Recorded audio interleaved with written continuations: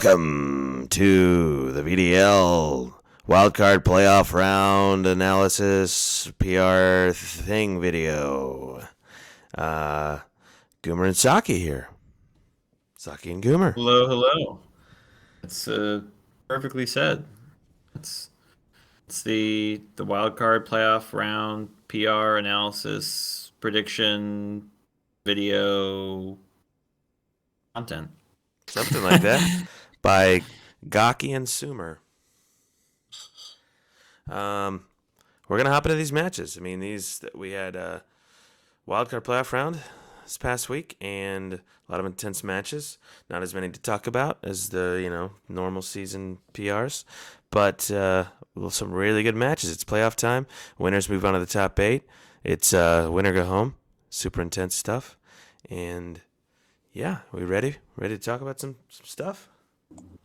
Let's do it. Alrighty. So, 4 matches.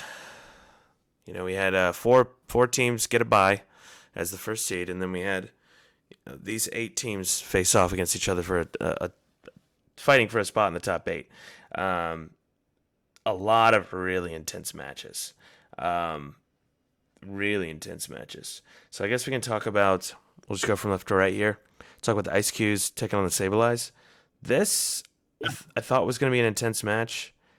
And it absolutely was. This one was awesome to watch. Slow games. Very A lot of momentum shift. A lot of momentum shifts. A lot of positioning and strategy. And I thought game 1, it looked really, really nicely played by the Ice Cubes. They looked like they were in really good position to win. Halfway through the game, and then Sableyes ended up sacking their rhyme and just spreading around a bunch of burn with this wheezing set, this super annoying Stolly wheezing set. And then Skeptile was just couldn't really be touched by many of the Pokemon on the Ice Cube side and was just constantly launching off Leaf Storms. It was a slow burn for the Ice Cubes. But the Sableyes pulled out game 1. And then I think they took the set 2-0 overall. I think I had actually predicted the Ice Cubes to win here, but just based off of team comparison. But it was such an even. They both had such deep teams. They're both extremely good players. It was quite hard to predict. I think you ended up predicting the Sableyes to win though. I did. Yeah. I mean, this was probably my hardest prediction. I felt like this was a really tough matchup to call. But I mean, because honestly, both games I think were definitely winnable by the Ice Cubes. But yeah, I think identifying that wheezing as a threat, it was tough to do that first game, especially because once the pain split came out and the wheezing could just heal up, that made it really tough for the Ice Cubes to break through. And so that was a really, really nice bring by the Sableyes. Super, super nice spring, especially with burn and the black sludge. When you pain split your opponent, you're at equal health, but then at the end of the turn, they take burn damage and you get healed by black sludge. So that wheezing was just tough. I forget what happened game 2. Do you want to know what happened game 2? Game 2, if I remember, give me a second here, I'll remember.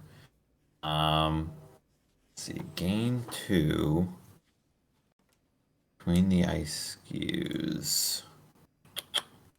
Oh, that match never got submitted, so I can't see the score results. Yeah. I'm trying to remember exactly what happened. Give me a second. I'm pretty sure the Sableyes brought that wheezing again, and the Ice Cube. I remember they brought Rotom. They brought the Terrakion Braviary. Okay. Actually. Terrakion. Okay. They led it. Yeah, and I felt like there was moments when it was kind of awkward because of the speed. The speed interactions were awkward because the Rotom outsped the Braviary, but didn't outspeed the Terrakion. And then so like the Dusknor had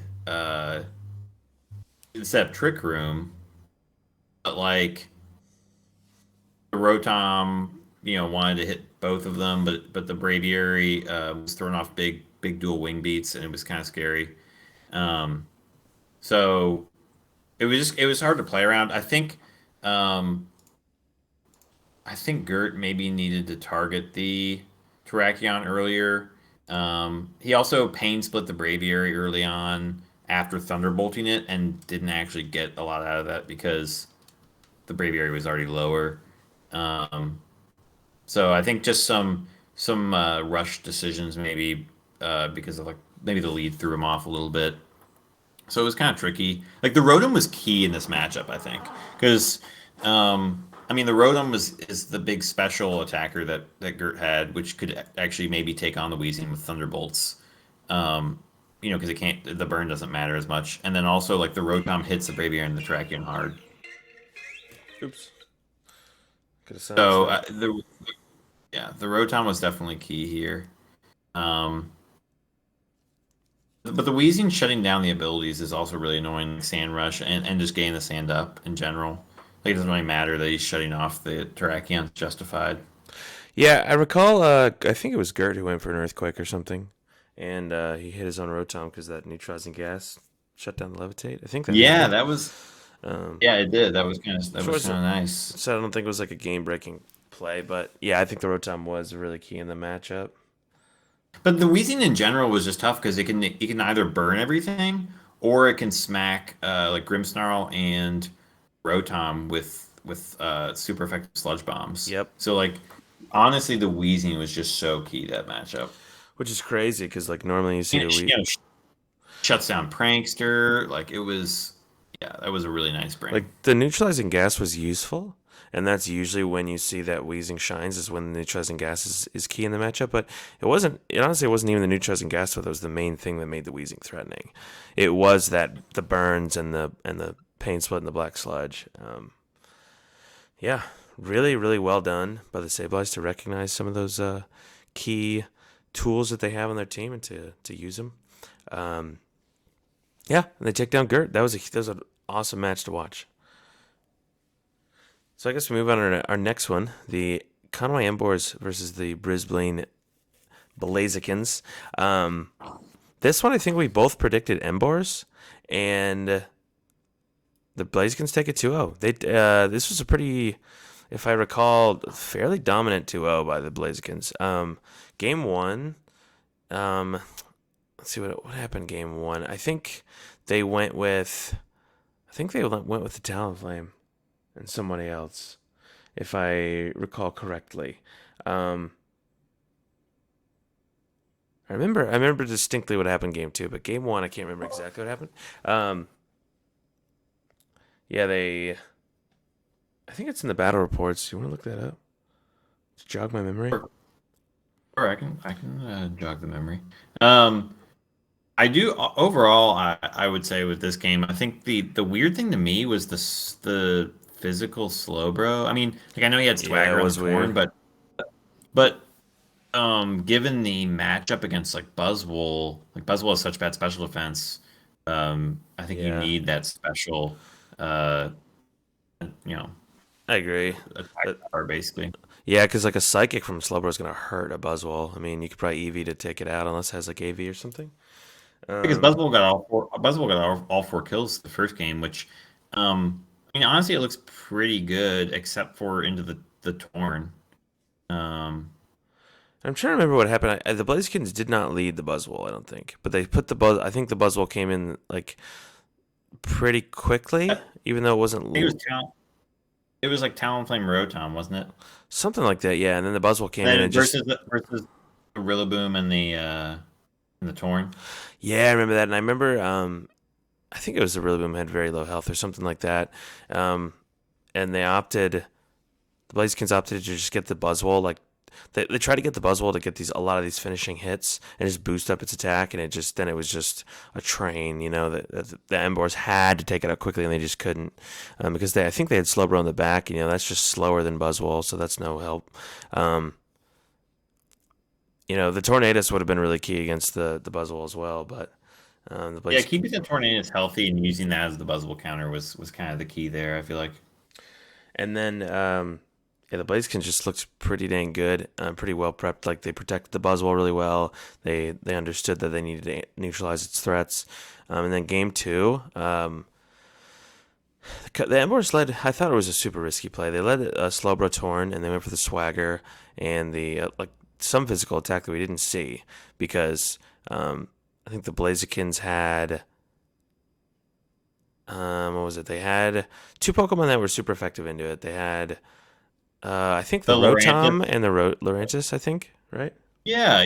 I was very surprised because um either like the Torn, I mean the Torn sort of threatens the Lorantis, but like really they just don't want speed control up probably. And Yeah. I don't know. If anything, you're expecting a Trick Room from the Slowbro, and you can just double it and get rid of it. But instead, they go for a Swagger shenanigan. They still double the Slowbro and they get rid of it. And then the Embors in the back had the Rillaboom, and I think they had the Rillaboom and the yeah, I think they threw out Rillaboom. And then an X Scissor went into the Rillaboom slot, but the Rillaboom switched out or U-turned. Um, U-turn, yeah. and then the Ditto That's the thing. came in. The Ditto came in, Yeah. transformed into the Lurantis, and then had to take a super effective X Scissor. So, um, Yeah, that's. I know they traded for the Ditto late. Maybe they're just trying out the Ditto stuff. I don't hey, know. Ditto's fun. I Um, mean, Ditto could be game changing. yeah. Honestly, I thought the Rillaboom was a kind of an odd bring in this game in general. Like Rillaboom, I mean, Rillaboom is a good counter to the Wash, but Rillaboom does not look good into a lot of the Blaziken's Pokemon, like Talonflame, Buzzwole, um, Lurantis. Like, just doesn't Yeah. do anything. The Talonflame Darmanitan and Rotom little. It's not really a core, but it's a tricky little threesome to kind of approach because, um, you want to be a grass type if you want to take on this Rotom, right? But if you're a grass type, you're not taking a Flare Blitz from this. I mean, the Flare Blitz from Darmanitan is going to destroy you. So, I mean, you could always be Sash too, but then you got to watch out for a dual Wing Beat from the Talonflame. Um, and all that being said, you're probably not going to have speed control because you're setting up Tailwind. It's just really hard to kind of approach those three, or prep for them at least. So, but really well done by the Yeah. Blazekins. Yeah. Great. Just great, solid game plan. So they move on to the top eight. Also moving on to the top eight is me, Sakimoto, the Tyranitar Sauces, who faced the Suffolk Suicune, Toots, and I knew we were gonna have a good match. We talked about like knowing that we were gonna have a good match. The matchup looked really crazy, and Toots tries to bust out a secret strategy, which honestly totally could have worked depending on what I did, and I got very lucky. If I'm gonna be honest, because I prepped for a ton of things, a ton of weapons that Toots had, and my main game plan was put on pressure in certain ways, but ultimately set up either Turtonator or Milotic to kind of be unkillable and win in the end. Um, and because Toots brought this strategy, which was skill swapping his Lycanroc with no guard and swapping it onto Suicune with Sheer Cold, because he brought that strategy, um, he had less tools to deal with my Turtonator, my Milotic. So Turtonator, Milotic did really really well in this matchup because I didn't allow Toots to set up that combo, and I didn't even know he was going for that setup. I probably should have picked it up after game one, but I luckily, the Mind Shout took the play rough from the Scarf Lycanroc because I was Sash, and then I outcoded with a close combat. Um, and I think, and I got really lucky there because if I went for the fake out into the Lycanroc, then he gets that skill swap off, and he probably wins that game. To be honest, like my set was so slow, my like my strategy was like these slow bulky mons, and if he had a no guard sheer colds coming out, like I just lose. So Yeah, the only way to you would have had to get rid of the Cresselia in like with like a double up, which I don't, and you'd have to be faster, which I don't think you had the tools to do that. and I would have had to fake out the Cresselia, and I probably should have picked it up. I read Cerebi wrong, and after that game, I was like, why is he trying to skill swap his Lycanroc? I thought it just had like Tough Claws or Keen Eye or something like that. I didn't even realize I had no guard until after the set. Um, so if I had known that, I would have been much better prepared for game two. But I got lucky game two as well because he switched out the Lycanroc for the Suicune, and then I just didn't allow him to set it up, or I guess he didn't really go for it. Um, but he's probably fearing another close combat, which I should have clicked close combat again there. But yeah, that was a nasty strategy, and definitely one of those strategies that you could label as sort of a meme strat. But it's definitely not a meme. Like, It's not a meme, but it is a little bit risky for what you bring. Like, I mean, obviously you can just throw off raw sheer colds, which Toots kind of had to at that point, which isn't. I mean, hmm that's it's definitely a strategy that can work. Like, 1/5 of the time. It's not like a 1% chance. It's like you got a 20% chance to hit a sheer cold and just win right there. Like that's not terrible. Um, but you do waste a move slot with skill swap on Cresselia, which I actually think could have been really useful had he skill swapped your competitive because on Milotic, because then you can't really skitter smack him, um, and it and with that leftovers and that bulk, like maybe Toots gets enough damage to finally take out your team. I don't know because his that was the issue is he didn't really have a lot of damage coming from Cresselia. Cresselia was more of a utility to yeah, sit out there and get um get the strategy going. yeah, no, for sure. And like a calm mind leftovers Cresselia is something I was really afraid of, and I felt like with the Skitter Smack Milotic, I was prepared for it. Like that's kind of the idea of Skitter Smack. There's some other factors too that you know warranted me running that, but a skill swap on the Milotic would have just kind of destroyed my strat in that sense. But um, I don't know if Toots necessarily knew that. He didn't know I had. He probably knew I had competitive, but I don't think my ability was revealed. Um, so yeah, I mean, in a way, it was lucky. Like I know he did miss some raw hits here and there because like the muddy water, but I don't. Ultimately, this set came down to can you hit the sheer colds? Can you hit the raw sheer colds, or can you get the skill swap off and get those sheer colds going? Um, Yeah. if he didn't, he was just giving me time to set up, and I was taking advantage of it, and I probably wasn't gonna go. Like I don't think Turret was gonna go down game two with like two iron defenses. I just don't think there's a way.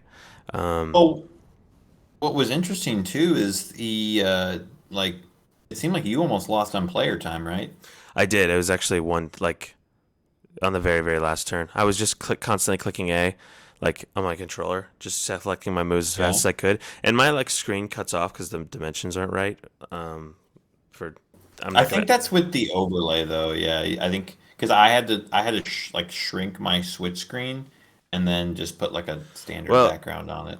well, it's because I, on my TV, I can't see it on my TV either. Like the dimensions are too big, and I know I can adjust that, but I made that so that the switch screen appears in full on my Twitch overlay. But then I covered, or on my OBS, it looks better. But then I covered it with the overlay, so I don't know. Oh.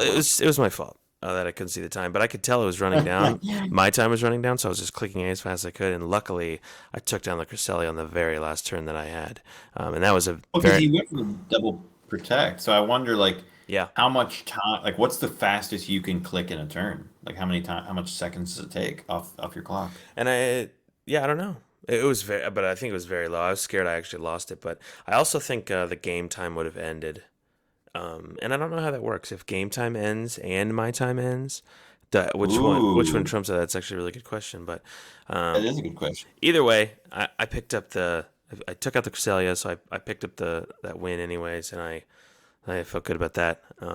But yeah, definitely a strategy I was not prepped for, and I did get lucky that he didn't set it up. I mean And that's one where if you don't have a counter to that directly, you can't adjust to that. Like that's yeah, such a that's so hard to attack. I mean, obviously if he does get the skills up in the Suicune, if you have a way to like quickly get rid of the Suicune, it's possible, but Suicune's pretty bulky, so that's usually tough to do. that I did not have any way to quickly get rid of it. Like I had Rotom, but Rotom looked horrible in the matchup in most of the matchup, and it only had Discharge and Electro Web, so there was yeah, I was not going to be able to take out that Suicune, especially since I think it had Citrus.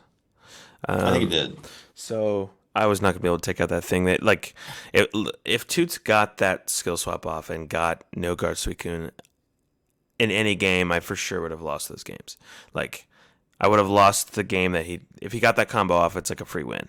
Like, there's no way I was getting Yeah. through it. So, unlucky I didn't let him set it up. So, happy about my prep. Happy about how I played. But yeah, did get lucky that he didn't set it up. That I made the right calls, and yeah, I pick up the 2-0 and I move on. Yeah. Um, Final game. and then the final game we talk about is the Darmanitans versus Rabombi. Sting Rabombi. This was such an intense set. Both players played Yeah, way more. extremely well. You know, Batista going against Psychic Terrain, he hates it. Obviously, he's on a poison team. He does have the Skun Tank, which he had to bring because of all the psychic coverage on the side of Darmanitan's. I mean, he Hmm. had extrasensory Raikou. He has the Tapu Lele he can bring.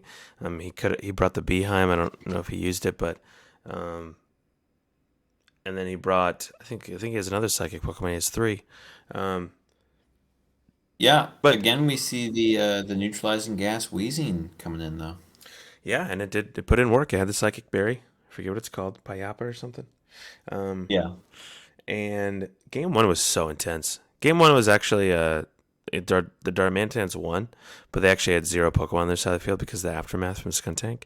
And So that's what I was wondering about.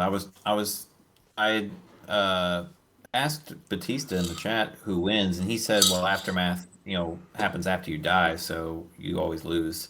But like based on the game screen, both Pokemon lost their health like at the same time essentially. then went down. Um, and then it said Skunk Tank fainted first. But I know like in Perish Song scenarios when all the Pokemon faint, like um it says like the faster Mon faints first. And like Skunk Tank is faster than Regirock, so it makes sense.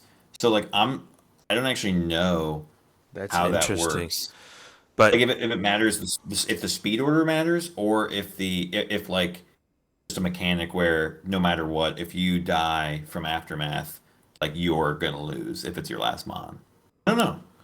oh, I tried looking it up interesting. on Bulbapedia and it didn't say. So Interesting. Well, either way, super close game. And the Robombis actually had a way out of that game.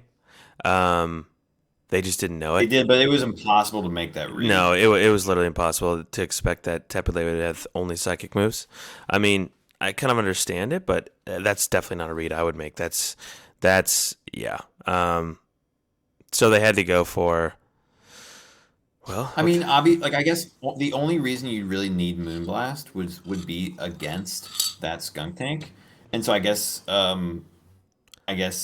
but you also Phillips had figured he yeah, has enough mons to deal with the skunk tank. Like he's not gonna run a yeah. move just for that one mon, and like I guess because he was running psychic, Psyshock, and taunt and protect. Oh, I Um, see, taunt. I thought it was yeah. I mean, I think it was taunt guess that makes sense.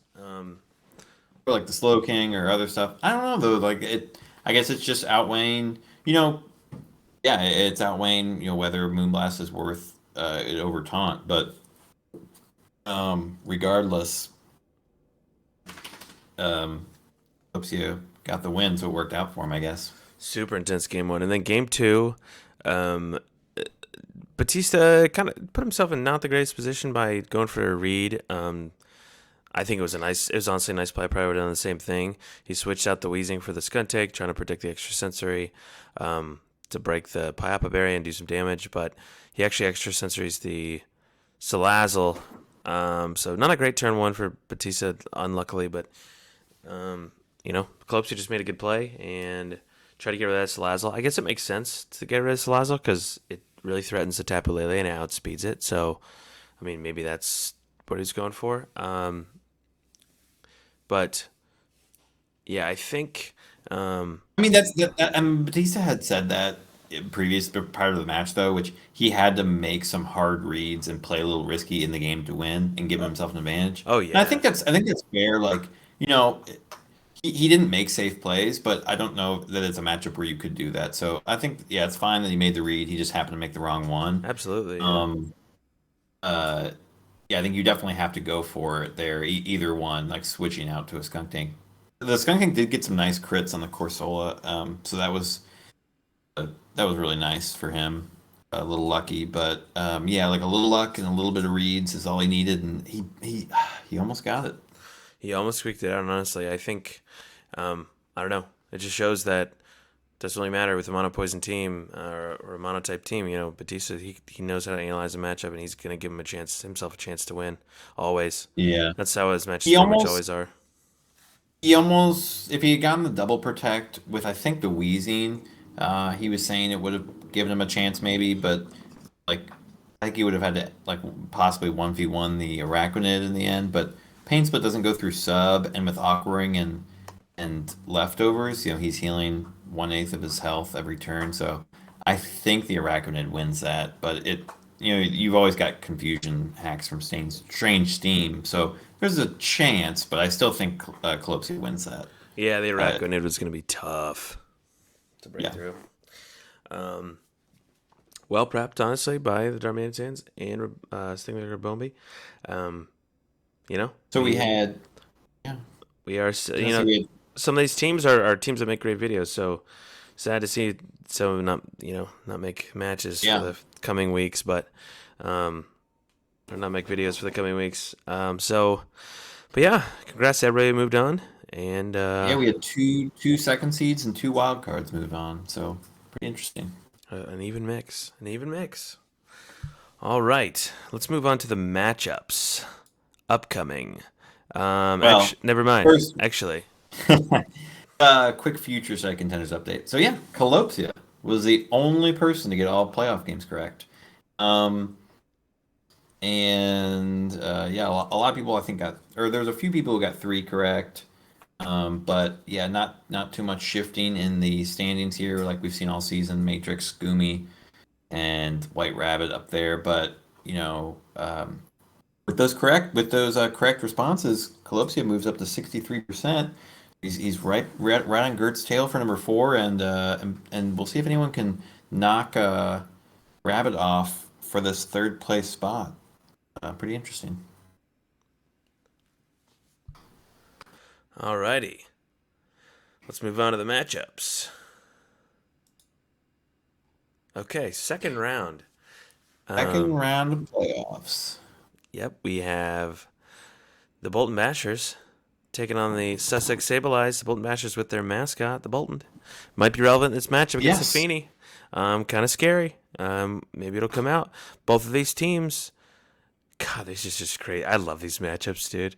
Like, looking at both teams, you're like, who has the advantage? And there's only one right answer, and it's I don't have a damn clue. Like, both these teams have combos. Both these teams have 78 leads that they can go with. Like, Yeah.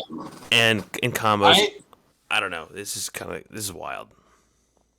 I think it's interesting. Like you don't realize how much depth certain teams have until you actually begin to like legitimately prep against them. And I think the Sableyes kind of shows that. Like the more I've kind of looked into my prep against them, the more I like realize how much good synergy they have and how frustrating their team is to prep against. Like there's it's going to be. I hope it's going to be a really good game. I'm sure it will be. I know the Sableyes said the same thing to me though. They were like, "Your team is super frustrating to prep against," but if they want to tell me what mons are giving them frustrations, I would greatly appreciate it.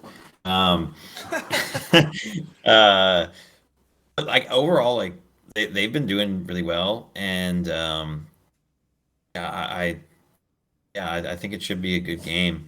I haven't played the Sableyes, which is always fun to play somebody new. Um, so that'll be interesting. Um, and yeah, that's kind of all I have to say on it. Yeah, it's good. It's gonna be a great match. I can't wait to watch the video. Um, the next matchup we're gonna talk about is the Pacific Slowbros and the Blazekins. Slowbros dominant team all season. Fall to Rebellion week 8. Really, really close, intense match.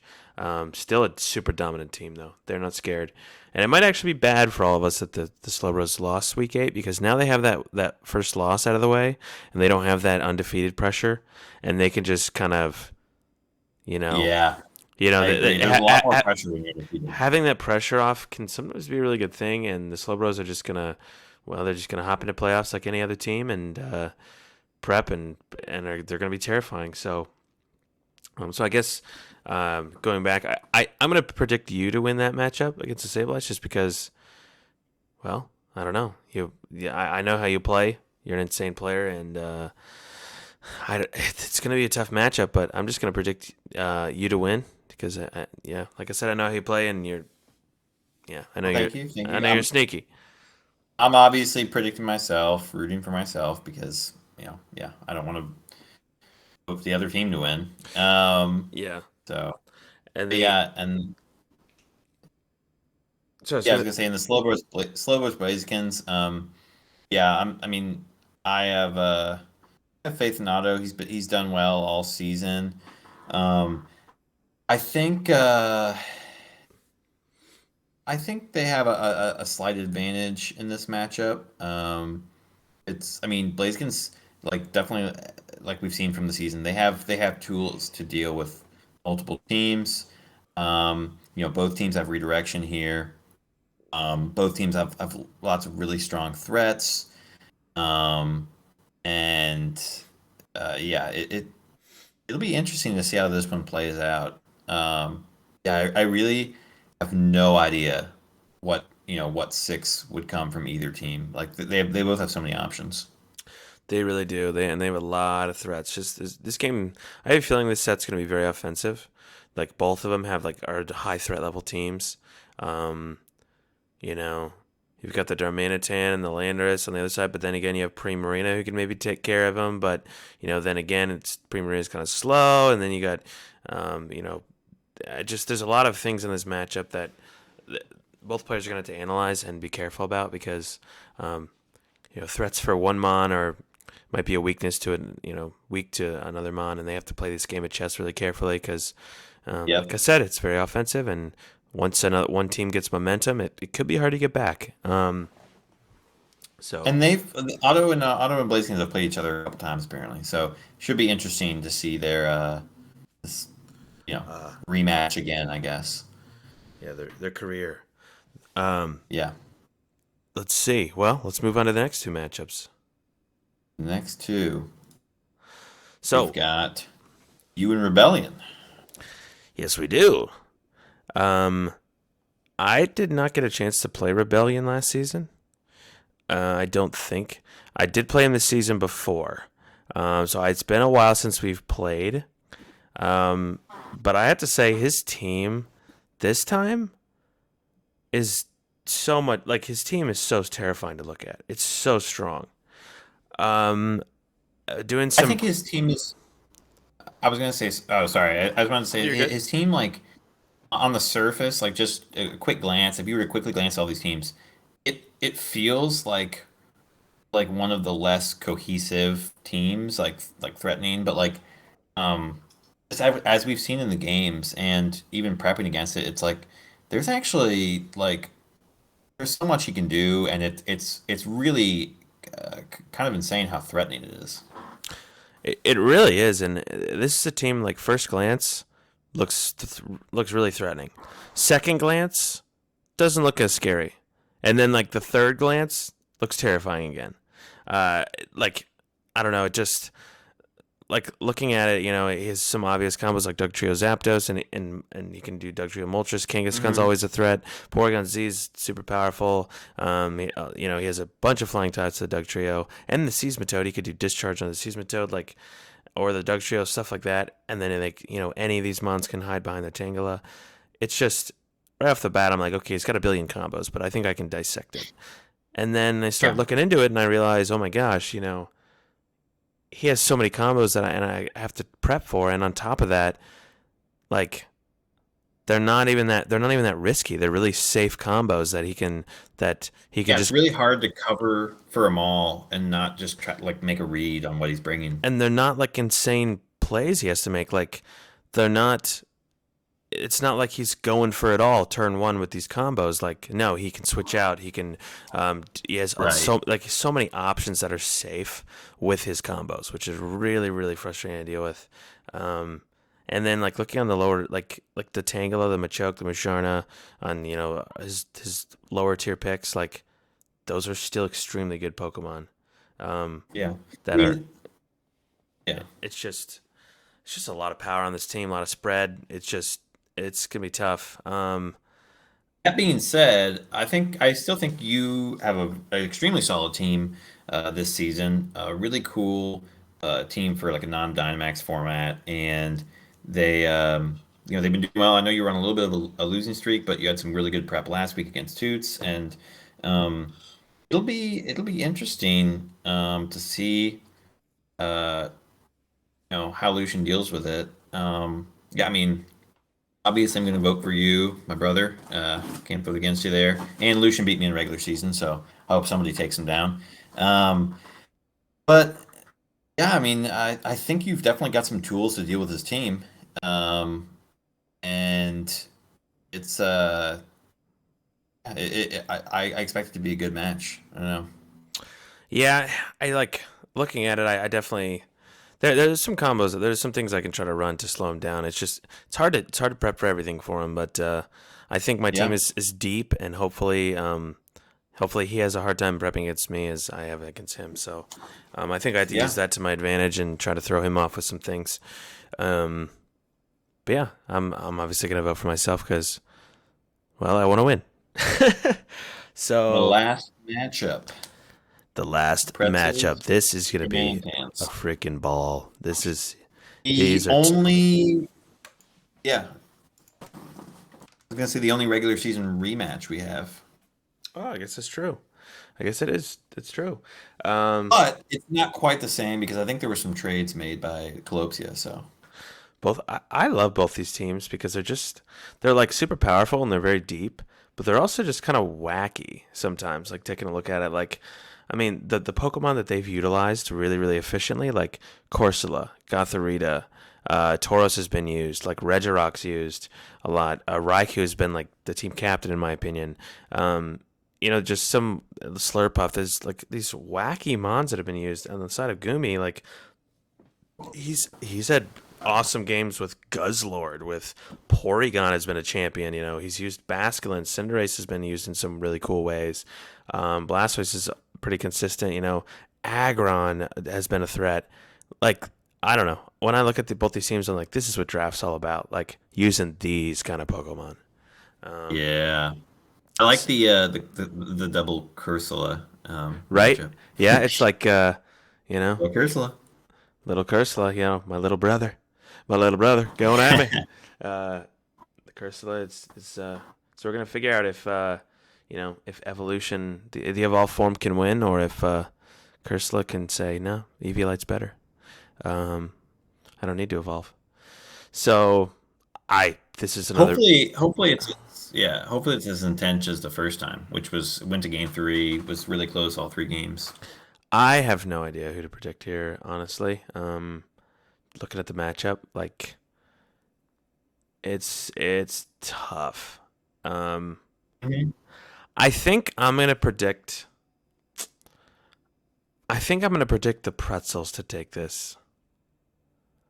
I I actually, yeah, I've already predicted the Pretzels in the predictions channel. I mean, I think I like their matchup a little bit more here, um, but I know Gumi was trying to downplay that a little bit. I don't know. But again, like it might be the type of thing where if I had Gumi's team and I start prepping against the Darmanians, maybe I realize that there's some hidden stuff I'm not seeing. So Yeah, um, I don't know.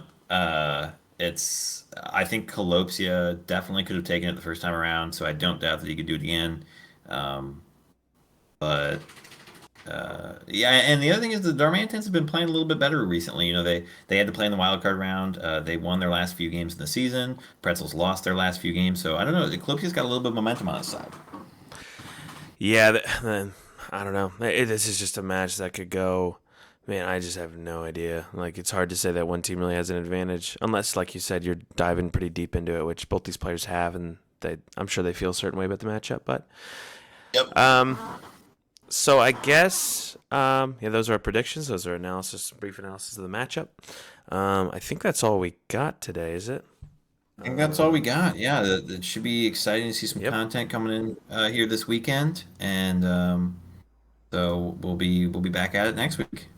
Yep, yep. We'll see, and everybody, good luck with their matches. These are gonna be intense. I can't wait to see the videos go up, and Yep. hopefully I don't get my boots smoked. So, All right. all right. See you guys next week. Yep.